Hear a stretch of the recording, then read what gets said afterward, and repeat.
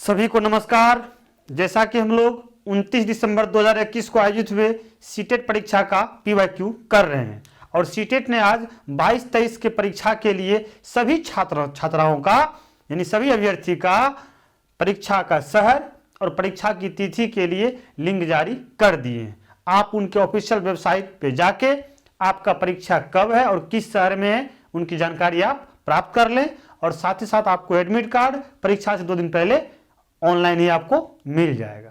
तो आइए देखते हैं हम अगला सवाल कहता है कि कक्षा 5 का विद्यार्थी मनोज माया के घर दूध लेने गया जो उसके घर की उत्तर दिशा में 500 मीटर पर है। घर वापस आने के बाद वह स्कूल गया जो उसके घर की पूर्व दिशा में 1 किलोमीटर की दूरी पर है। स्कूल में उसे दोनों स्थानों का रास्ता बनाने के लिए कहा गया। उसने कागज पर सबसे पहले एक बिंदु बनाकर उसे H नाम दिया जो उसके घर को दर्शाता है। फिर उसने माया के घर के लिए M और स्कूल के लिए S बिंदु बनाया। इनमें से सबसे उपयुक्त प्रदर्शन कौन सा है? देखिए, मनोज जो है माया के घर दूध लेने गया जो उनके घर से उत्तर दिशा में है और 500 मीटर की दूरी पर है। ठीक है, तो सबसे पहले हम लोग एक नक्शा बना लेंगे, एक डायरेक्शन बना लेंगे पूर्व पश्चिम उत्तर दक्षिण का। तो जब भी हम नक्शा बनावे तो सबसे ऊपर वाला पोर्शन को हम लोग उत्तर मानेंगे, ऊपर पोर्शन को उत्तर यानी कि नॉर्थ बोलते हैं, इसको N लिख देंगे और नीचे वाले को साउथ S लिख देंगे। ठीक है, अब आप अंदाज कीजिए आप खड़े हैं और आपका सिर जो है उत्तर में है और पैर जो है दक्षिण में है, तो आपका ऑटोमेटिक देखिएगा कि आपका दाहिना हाथ पूरब की ओर चल जाएगा। यहाँ ऐसे बना लेंगे तो दाहिना तरफ क्या होता है ईस्ट यानी पूरब और बाएं तरफ क्या होता है वेस्ट। N को नॉर्थ बोलते हैं, नॉर्थ यानी कि उत्तर। S को बोलते हैं साउथ यानी कि दक्षिण दिशा। ठीक है, ई से आपको ईस्ट हो गया, EAST ईस्ट यानी कि पूरब या पूर्व बोलते हैं इसको, है ना। W से वेस्ट हो गया यानी कि पश्चिम दिशा। ठीक है, ऊपर का दिशा हम लोग हमेशा उत्तर लेते हैं, नीचे का दक्षिण, दाहिने तरफ का पूरब और बाएं तरफ का पश्चिम। कहता है क्या, स्कूल में वो नक्शा बना रहा है, वो कहता है कि कागज पर सबसे पहले बिंदु H बनाया। चलिए एक बिंदु यहाँ पर हम H ले लेते हैं। H किसको दर्शाता है? उसके घर को। H मतलब होम हाउस यानी कि उसका घर है ये। ठीक है, जाता कहाँ है?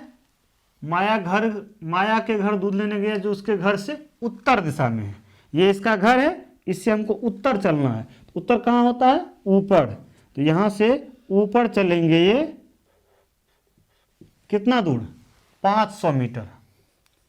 कितना? 500 मीटर।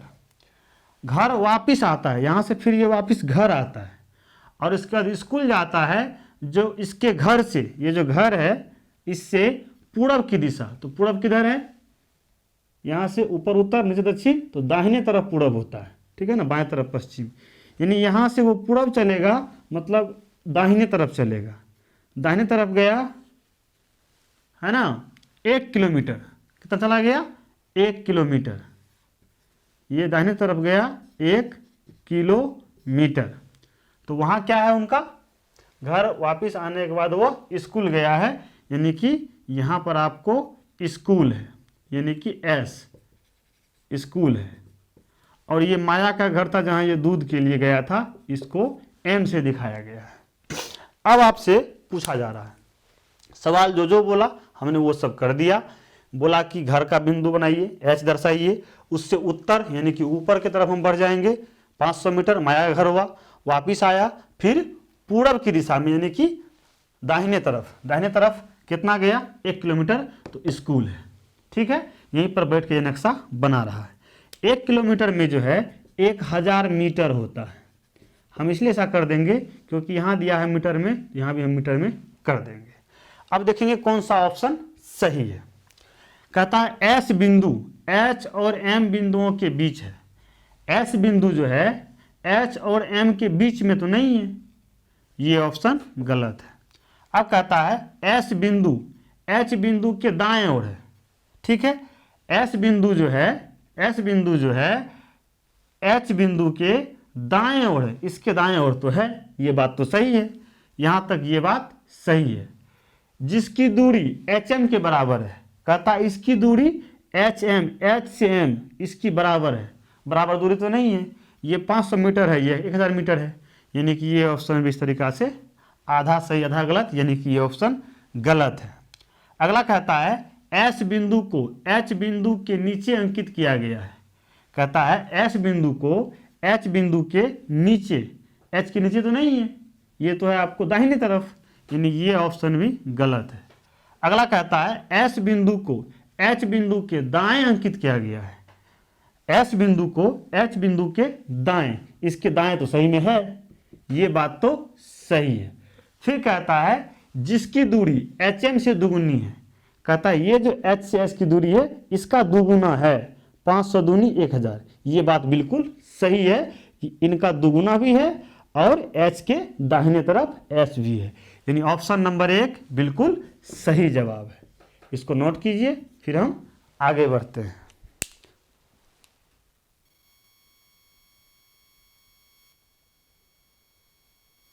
अगला सवाल कहता है एक वर्ग का परिमाप 48 सेंटीमीटर है, एक आयत का परिमाप इस वर्ग के परिमाप के बराबर है, यानी वर्ग और आयत दोनों का परिमाप 48 सेंटीमीटर ही है। साथ ही साथ आपको ये कहा जा रहा है कि आयत की लंबाई आयत की चौड़ाई से 4 सेंटीमीटर अधिक है, और आपसे पूछा जा रहा है वर्ग तथा आयत के क्षेत्रफलों का अंतर वर्ग सेमी में कितना है। देखिए बहुत आसान सवाल है, बस समझना है।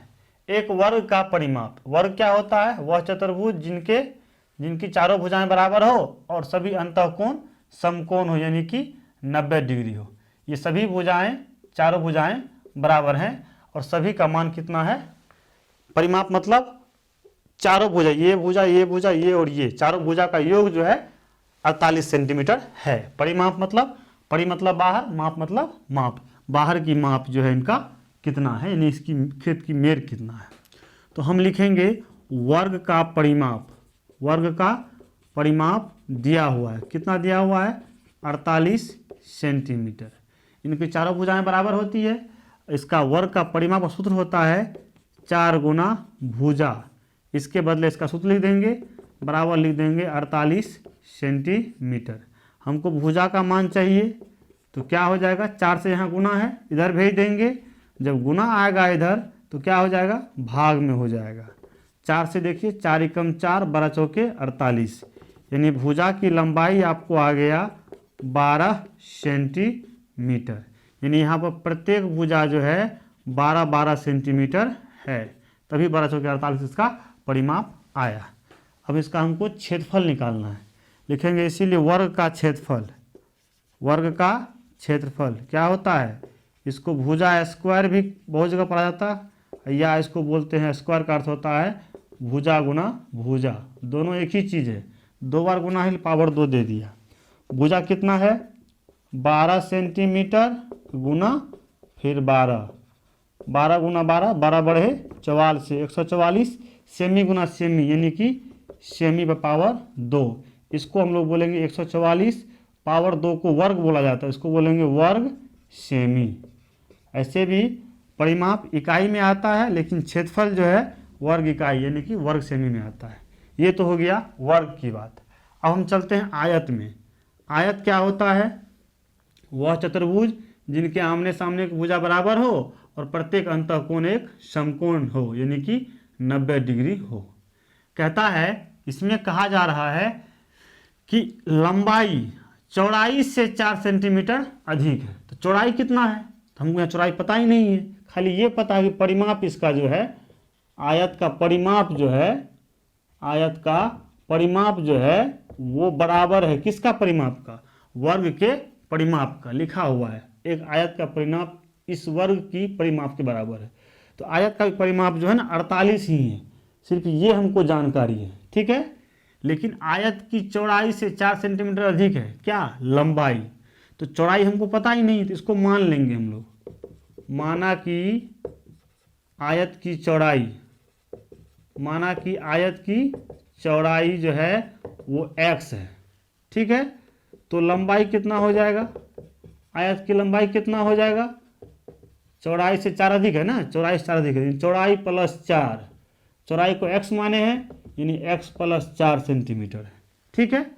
सवाल कहता है आयत का परिमाप, आयत का परिमाप क्या होता है, कितना है, 48 सेंटीमीटर है। आयत का परिमाप का सूत्र होता है 2 इंटू लंबाई जोड़ चौड़ाई होता है बराबर 48 सेंटीमीटर दिया हुआ है। अब देखिए 2 तो यहाँ गुना में है, उधर भेज देंगे तो क्या हो जाएगा, बिल्कुल सही, भाग में हो जाएगा। गुना में है यानी कुछ तो गुना छिपा हुआ ब्रैकेट के बाद, इधर आएंगे तो भाग में हो जाएगा, ठीक है। 2 से कीजिए, 2 कम 2, 24 दूनी 48, यानी लंबाई प्लस चौड़ाई कितना हो गया, लंबाई प्लस चौड़ाई कितना हो गया, 24 सेंटीमीटर हो गया।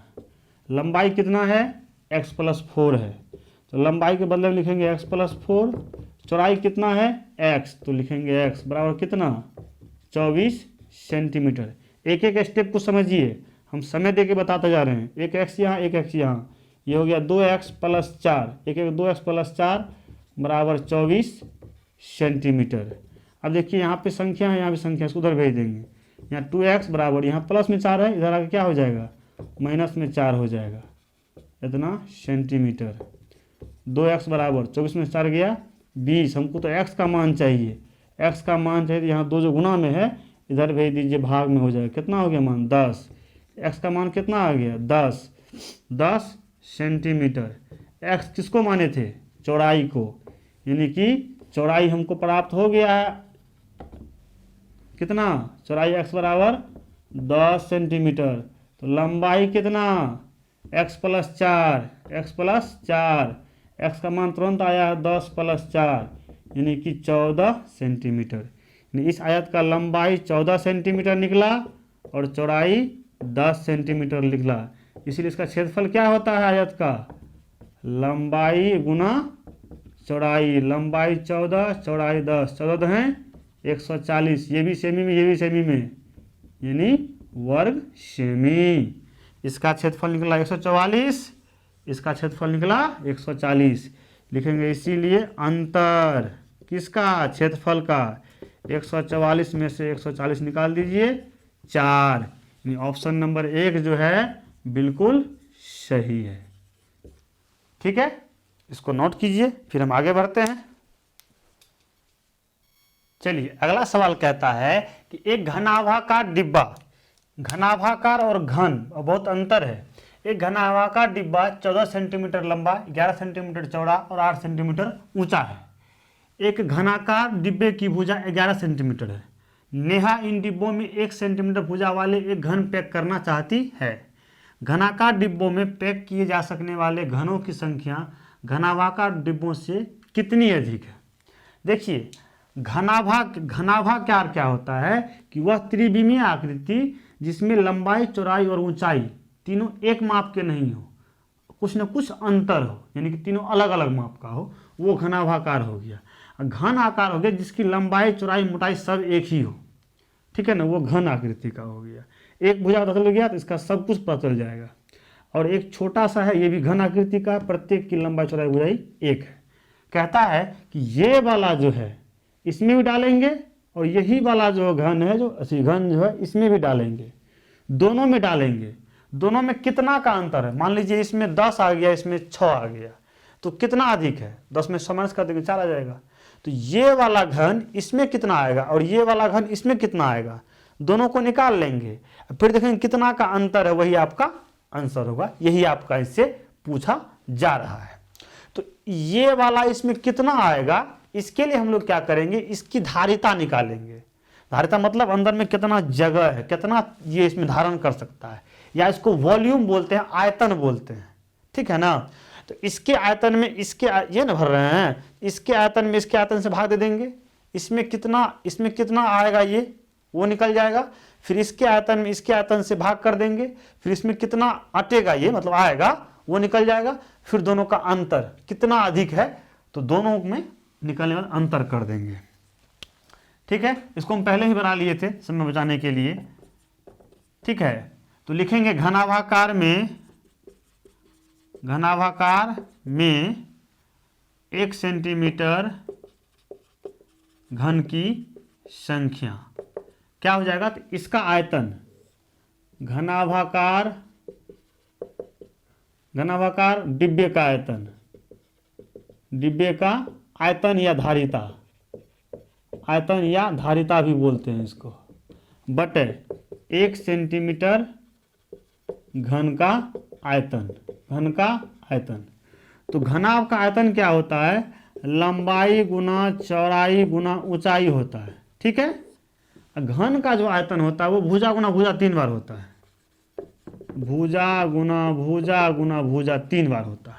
ठीक है ना, भुजा गुना भुजा 3 बार, इसको भुजा गुना भुजा 3 बार है ना, इसको भुजा क्यूब भी आप कह सकते हैं, भुजा पावर 3। ठीक है, ये आगे हम बताएंगे।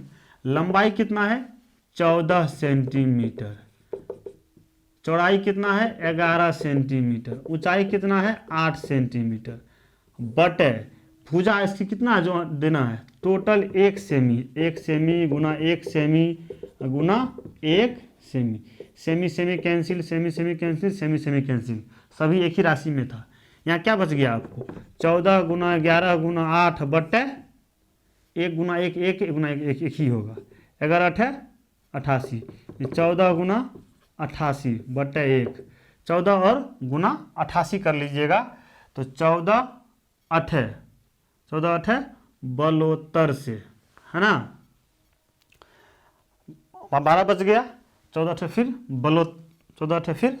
बलोत्तर से, और उसमें फिर आप जोड़ दीजिएगा 14 8 बलोत्तर से, हासिल बच गया 11, फिर 112 में 11 जोड़ दीजिए तो 123 बटे 1, यानी कि यहाँ कुल संख्या हो गया 1232। अब लिखेंगे घनाकार डिब्बे में 1 सेंटीमीटर घन की संख्या। ठीक है ना, तो बड़े वाले घन का आयतन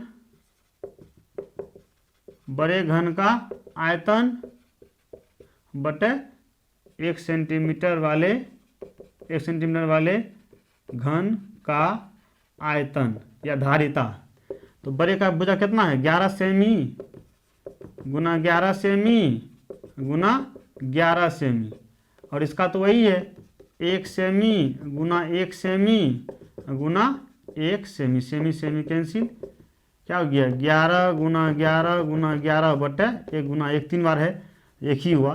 अगर हाँ कैसा से 121 गुना 11 यानी कि 1331 बटे 1, यानी कि 1331, यानी कि ये वाला इसमें आएगा, हम भरेंगे तो 1232 आएगा, ये जब इसमें भरेंगे हम तो यहाँ पर आपको 1331 आएगा। तो कितना अधिक है यहाँ पर, लेकिन इसीलिए अंतर बराबर 1331 में से 1232 माइनस कर दीजिएगा, ये आपके पास हो गया 2, फिर हो गया 3, 2 2 बराबर यानी 99। ऑप्शन नंबर 1 बिल्कुल सही जवाब है, इसको नोट कीजिए, फिर हम आगे बढ़ते हैं। चलिए अगला सवाल कहता है कि दीपू अपने कमरे की चारों दीवारें रंगना चाहता है, दीवार जो है चारों तरफ का वो रंगना चाहता है, सभी दीवारें आयताकार है, क्या है आयताकार है, और आमने सामने की दीवारों की माप समान है। यदि दीवारों का आकार 4 मीटर गुना 3.5 मीटर, एक दीवार का जो माप दिया है वो 4 मीटर लंबा और 3.5 मीटर चौड़ा है एक दीवार का, और 4.5 मीटर गुना 3.5 मीटर है, दूसरे दीवार का दिया है 3.5 और 4.5। ठीक है, आगे कहता है को रंगने का मूल्य 22 रुपये प्रति वर्ग मीटर है, इसको जब रंगाते हैं तो 22 रुपया प्रति वर्ग मीटर, है ना, या हम लोग कहते हैं स्क्वायर मीटर में बात करता है, हो तो दीवार रंगने का कुल मूल्य क्या होगा। देखिए पहला दीवार है 4 मीटर 3.5 मीटर, इसको हम बना लिए, दूसरा दीवार भी बना लिए 4.5 3.5। ठीक है, कहता है कि दीवारों की माप समान है, आमने सामने की दीवारों की माप समान है। कुल कितने दीवार हैं? 4 दीवार हैं। तो इनके सामने का ये दीवार इसके बराबर है, इनके सामने का दीवार जो है ना, आमने सामने का दीवार जो है वो बराबर है। तो हम इसका क्षेत्रफल निकाल लेंगे, उसको 2 से गुना कर देंगे, दोनों का आ जाएगा। इसका क्षेत्रफल निकाल लेंगे और इसको 2 से गुना कर देंगे तो दोनों का हो जाएगा।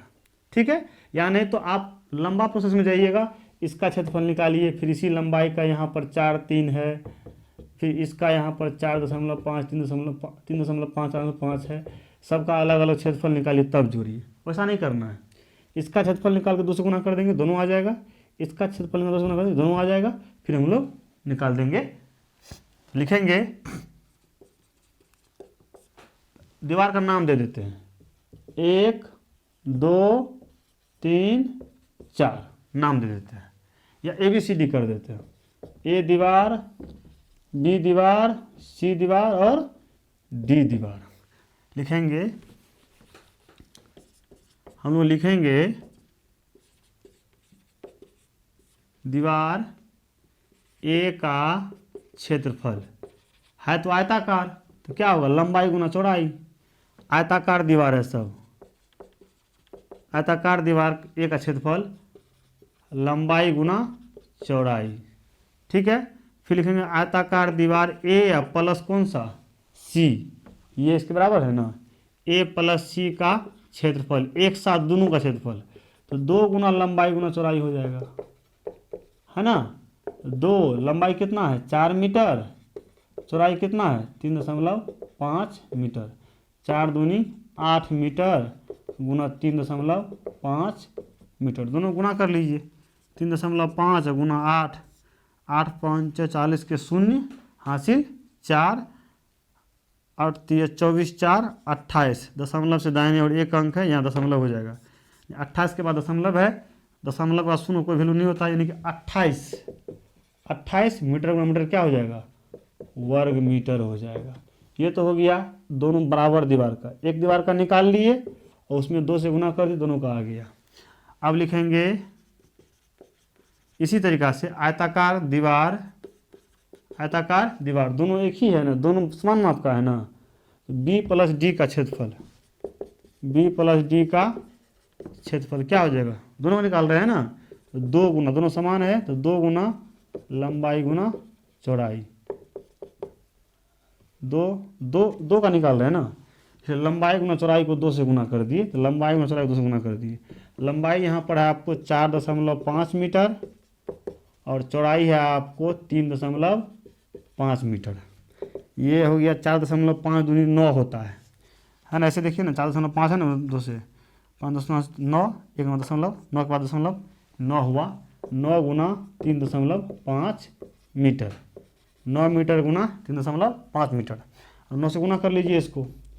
9 5 45 के 5, 9 5 45 हासिल 4, 9 3 27 4 31, दशमलव से दाहिने और एक अंक, तो एक अंक यहाँ 31.5 मीटर। ये दोनों दीवार का क्षेत्रफल 28 वर्ग मीटर, ये दोनों का क्षेत्रफल निकला है 31.5 मीटर। लिखेंगे इसीलिए कुल क्षेत्रफल, कुल क्षेत्रफल, ये दोनों को जोड़ दीजिए। 28 प्लस 31.5 कितना हो जाएगा? यहाँ जोड़ते हैं 28, किसी भी संख्या के बाद दशमलव छिपा रहा तो दशमलव दे दीजिए, दशमलव नीचे दशमलव चल जाएगा, इधर 5 इधर 1 इधर 3, ये हो गया आपको 59.5, 59.5 क्या? वर्ग मीटर। यहाँ वर्ग छूट गया, वर्ग मीटर, क्षेत्रफल वर्ग मीटर, ये भी वर्ग मीटर, तब ना जुट गया। इतना वर्ग मीटर कुल क्षेत्रफल हुआ चारों दीवार का। कहता है प्रति वर्ग मीटर 22 रुपया लेता है, प्रति वर्ग यानी कि एक वर्ग मीटर का 22 रुपया लेता है, प्रत्येक वर्ग मीटर पर 22 यानी 1 पर 22। लिखेंगे यहाँ पे चूंकि एक वर्ग मीटर रंगने में खर्च, चूंकि एक वर्ग मीटर रंगने में खर्च 22 रुपये होता है, 22 रुपये है, इसीलिए कुल क्षेत्रफल कितना आया? 59.5 ना, इसीलिए 59.5 वर्ग मीटर रंगने में खर्च। एक में इतना, तो इतना में कितना? बढ़ रहे हैं तो दोनों गुना हो जाएगा।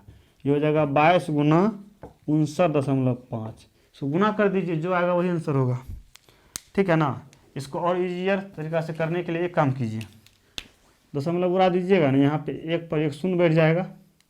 देखिए यहाँ पे 11 दूनी 22, 5 दूनी 10, यहाँ तो 595 है, कर दीजिए 5 एकम 5, 5 का 5, 5 का 5, 5 9 45, यानी 11 गुना 119 इतना रुपया लगेगा।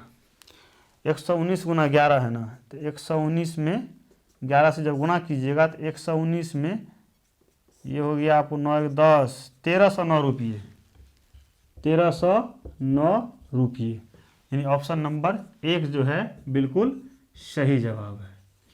देखिए हम क्या किए, 4 दीवार था, उसमें से 2 का माप दिए हुआ था और कह रहा कि सामने वाला का क्षेत्रफल बराबर है, तो इसका क्षेत्रफल में 2 से गुना कर दिए, दोनों का आ गया 28।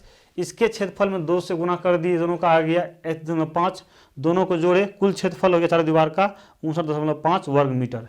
कहता है खर्च होता है 1 वर्ग मीटर में 22 रुपया, तो इतना जो हुआ टोटल, इतना में कितना होगा, इतना में कितना, दोनों गुना हो गया, गुना करके हम लोग निकाल लिए। आप सिंपल भी गुना कीजिएगा तो इतना ही आएगा, हम थोड़ा सा दशमलव उड़ा गुना कर दिए। इसको नोट कीजिए, फिर हम आगे बढ़ते हैं। अगला सवाल कहता है कि नई दिल्ली से भोपाल जाने वाली 4 रेलगाड़ियों के छूटने यानी कि खुलने और पहुंचने का समय नीचे दिया गया है ना। ये सारा ट्रेन का नाम है, ये खुलने का समय, ये पहुंचने का समय है। कहता है कि कौन सी रेलगाड़ी भोपाल पहुंचने में सबसे ज़्यादा समय लेगी। देखिए ट्रेन में आप जानते हैं, रेलवे में जानते हैं कि 24 घंटे की घड़ी चलती है, रात 12 बजे उसमें 24 बजता है, यानी कि 0000 से शुरू होता है। तो ये ट्रेन खुली है कितने बजे, 6 बजे, ठीक है ना, सिर्फ 6 है, इसका मतलब सुबह 6 बजे खुली है, 14:07, दिन के 12 बजे के बाद उसमें 13-14 बजता है। तो कितना देर लगा, तो सीधा समझिए 14:07 में से उसी दिन का है तो 6 आप माइनस कर दीजिए, यानी ये आपको आ गया 8 घंटा 7 मिनट, 8 घंटा 7 मिनट। इसमें देखिए 20 बजे खुला है, यानी कि 12 बजे के बाद 13-14 होता है ना, 20 बजे यानी कि अपराह्न में खुला है, इसमें से 12 निकाल दीजिएगा ना, यानी 8 बजे शाम में ये ट्रेन खुली है। तो 8 बजे शाम में खुली है तो रात 12 बजे यानी कि 24 बजे तक कितना समय होगा, तो 20 से चलेंगे हम रात के 12 बजे 24 बजे, तो 20 4 घंटा यहाँ पूरा पूरी ये हो गया, 4 घंटा ये हो गया, और वहाँ से फिर शुरू होता है 1-2 से, तो 4 घंटा 30 मिनट, अगला दिन भी आ जाता है, यानी कि 4 घंटा 30 मिनट इससे आगे चलेगा, यानी कि 4-4 8 घंटा 30 मिनट इसको लगता है। इसको लगा 8 घंटा 7 मिनट, इसको लगा 8 घंटा 30 मिनट। अब हम इसमें देखते हैं 20:10 हो रहा है, 24 बजे तक कितना समय लगेगा, तो इसमें हम 50 मिनट दे देंगे, 50 मिनट दे देंगे तो ये 21 बज जाएगा, ठीक है, 21 बज जाएगा। और फिर हम 21 में 3 घंटा और दे देंगे प्लस 3 घंटा, तो ये आपको 24 बजे यानी कि रात के 12 बजे आ जाएगा। तो 3 घंटा और 50 मिनट, ये हो गया आपको 3 घंटा, यहाँ हो गया आपको 50 मिनट, ठीक है। उसके बाद फिर शुरू होता है रात में 1 से, तो 5 घंटा 20 मिनट, फिर अगला दिन चला 5 घंटा 20 मिनट। ध्यान से देखिए, ये हो गया आपको 70 मिनट और 5 3 8 घंटा। यहाँ देखिए 70 मिनट है, हम जानते हैं कि 60 मिनट का 1 घंटा होता है, तो इसमें से 60 निकाल लेंगे 60 मिनट, तो इसमें से 1 घंटा निकल जाएगा, घंटा लाके घंटा में जोड़ देंगे, तो यहाँ बच गया आपको कितना 10 मिनट, ये जो 60 निकाले हैं घंटा, घंटा में आके जुट जाएगा, 9 घंटा 10 मिनट इस ट्रेन को लगा। यहाँ देखिए यहाँ 22:25 है, 22:25 है, तो 23 बजे तक होने में इसको और 35 मिनट लगेगा, क्योंकि 25 है ही, 35 जैसे ही देंगे तो पूरा पूरी 23 बज जाएगा, यानी 35 मिनट हो गया, 23 बज गया। और फिर 24 के लिए 1 घंटा और दे देंगे, पूरा पूरी रात का 12 बज गया, 1 घंटा 35 मिनट लिखेंगे, 1 घंटा 35 मिनट। और फिर शुरू होता है 1 से लेके 7 घंटा 40 मिनट, अगला दिन शुरू हो जाता है 7 घंटा 40 मिनट। यहाँ जब जोड़िएगा तो ये आपको आ जाता है 4 3 7, यानी कि ये आपको यहाँ पर 5 आ गया, ये यहाँ पर आपको 5 आ गया, 4 3 7, 75 मिनट हो गया। 7 1 8 घंटा, तो 75 मिनट है, इसमें से हम 60 मिनट निकाल लेंगे तो वो घंटा बन जाएगा। तो 60 मिनट जब इसमें से निकाल लीजिएगा तो ये बचेगा आपको 15 मिनट, और इसका जो 1 घंटा बना है घंटा में जोड़ देंगे। तो इस तरीका से 8 1 9 घंटा 15 मिनट, 9 घंटा 15 मिनट लगेगा इस ट्रेन को। कहता है सबसे ज़्यादा खोजने के लिए 8 घंटा 7 मिनट, 8 घंटा 30 मिनट, 9 घंटा 10 मिनट, 9 घंटा 15 मिनट, यानी ये वाली ट्रेन जो है ना अधिक समय लेगी। KLK सुपरफास्ट स्पेशल जो है, यानी ऑप्शन नंबर 4 जो है आपका बिल्कुल सही जवाब है। इसको नोट कीजिए, फिर हम आगे बढ़ते हैं।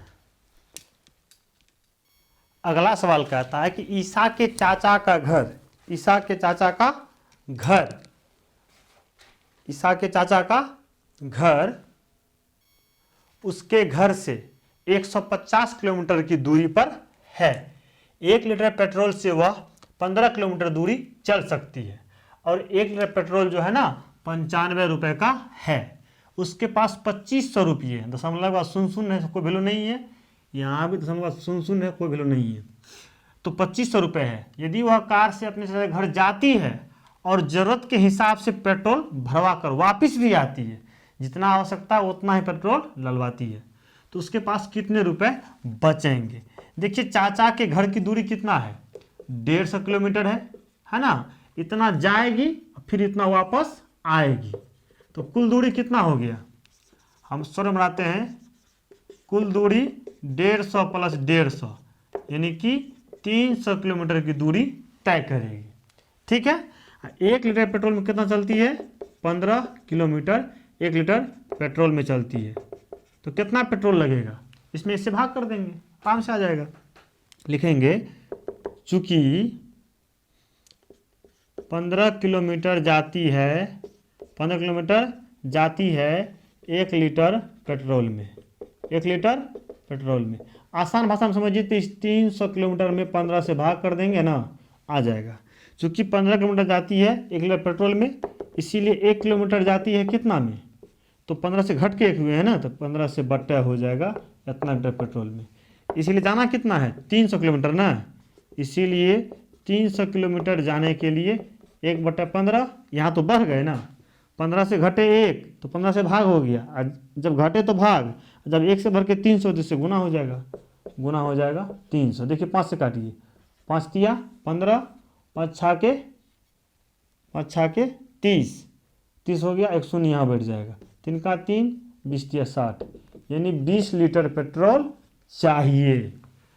150 किलोमीटर जाना 150 किलोमीटर आना, यानी 300 किलोमीटर जाना है, 1 लीटर पेट्रोल में गाड़ी जाती है 15 किलोमीटर, तो कितना आवश्यकता है, 15 में 300 से भाग कर देंगे 20 आ जाएगा, यहाँ 15 दूनी 30 हुआ ना, शून्य आया, शून्य बार में लगा दिए, यानी 20 लीटर पेट्रोल चाहिए, 20 लीटर पेट्रोल चाहिए।